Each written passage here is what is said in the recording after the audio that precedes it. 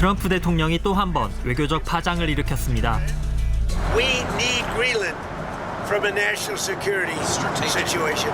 It's so strategic. You know what Denmark did recently to boost up security in Greenland? They added one more dog sled. It's true. 그린란드 주민들은 불쾌감을 드러냈습니다. What is he going to do with Greenland? He should mind his own business. 트럼프 대통령과 벤스 부통령을 풍자하기도 하고 그린란드식 마가 모자도 만들었습니다. 출범할 때부터 그린란드에 전략적 관심을 보여온 트럼프 2기 행정부. 지난해 1월 트럼프 대통령의 장남이 그린란드를 방문했고 2달 뒤 벤스 부통령도 피투피크 미 공군 기지를 찾았습니다. I think that you'd be a lot better coming under the United States security umbrella than you have been under Denmark's security umbrella. 하지만 지난해와는 사뭇 다른 분위기입니다. 트럼프 대통령의 발언이 베네수엘라 마두로 대통령 체포 작전 직후에 나왔기 때문입니다.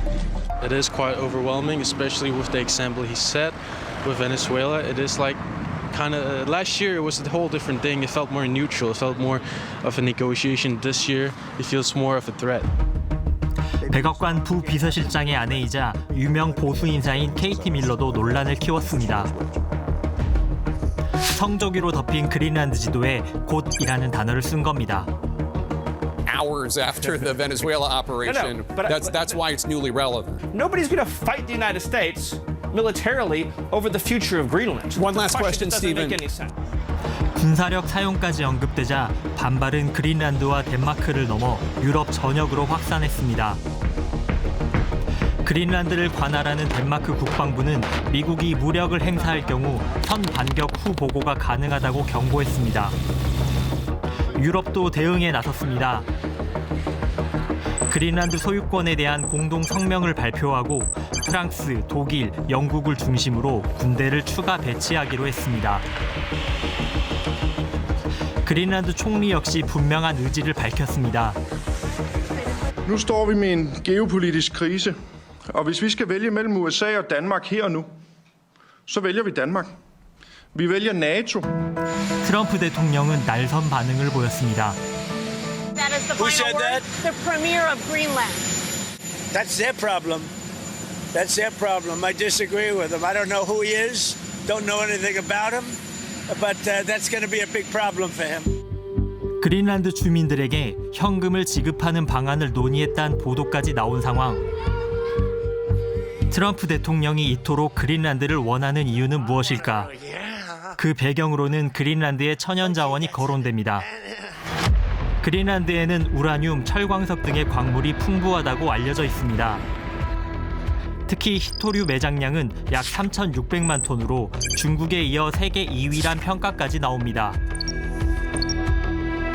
하지만 날씨와 지질 구조, 인프라 부족 등의 문제로 자원 개발의 경제성이 떨어진다는 미국 내 지적도 많습니다.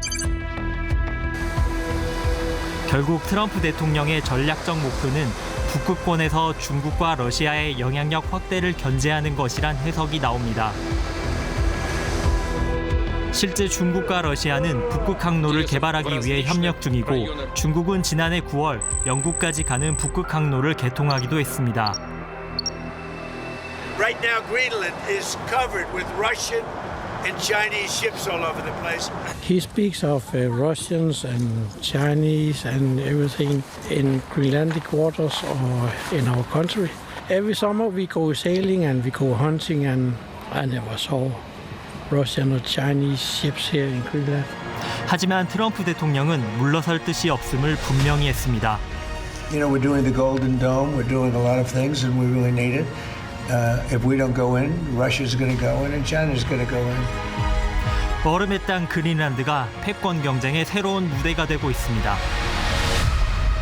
아, 이게 무슨 일입니까? 정말 트럼프 대통령은 그린란드의 진심이네요. 네, 이게 진짜 초미의 관심사인 것 같습니다. 네. SNS에 이제 재미있는 방법이 올라왔는데요. 뭔데요? 네, 트럼프의 막내 아들이죠. 이 베런하고요. 네. 덴마크 이사벨라 공주의 정략 결혼 이걸 추천하기도 하더라고요. 봉건 시대처럼. 네, 그렇습니다. 그렇죠. 혼수로 그린란드를 가져오면은 뭐 영토 침략은 아니겠네요. 네. 트럼프는 어떤 방법을 택할까요? 세 가지 정도로 볼 수가 있는데요. 네. 첫 번째로 이제 덴마크령이니까 덴마크에 돈을 주고 그린란드를 매입하는 방법이 있습니다. 알래스카를 산 것처럼. 그런데 그린란드는 파는 게 아니라고 해서 이건 불가한 옵션이겠죠. 네. 두 번째 옵션은 그린란드 주민들을 투표로 이제 독립을 유도해서 네. 미국으로 합병하라는 겁니다. 투표로. 네, 그런데요. 그린란드 총리가 네.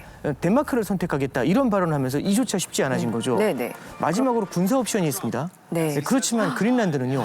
나토 회원국인 덴마크의 자치령이잖아요. 네. 같은 나토 동맹국을 공격하기가 참 어려운 겁니다.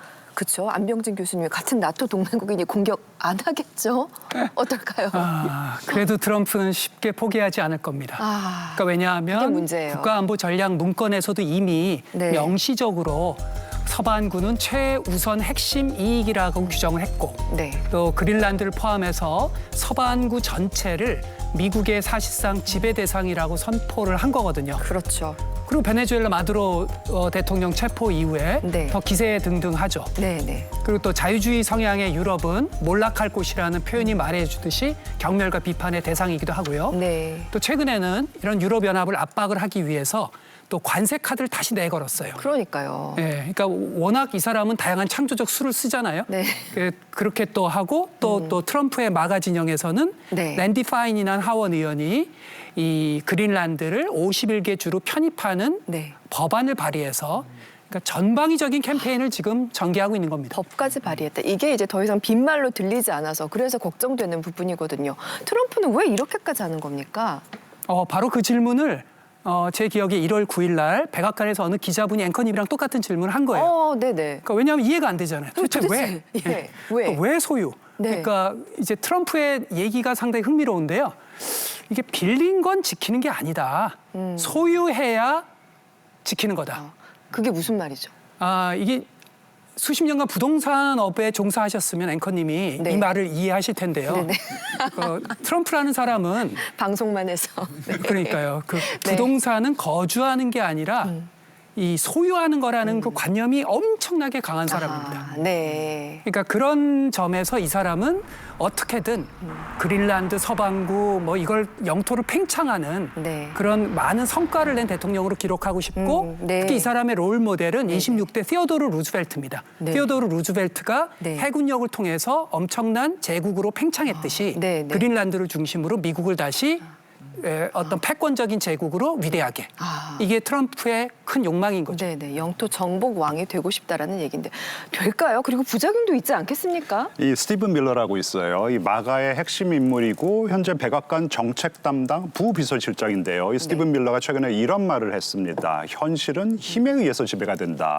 왜 지금 트럼프가 순전히 이 힘의 논리로 미국 우선주의를 밀어붙이고 있잖아요. 그렇죠. 이런 트럼프의 정책과 굉장히 일맥상통하는 발언인데요.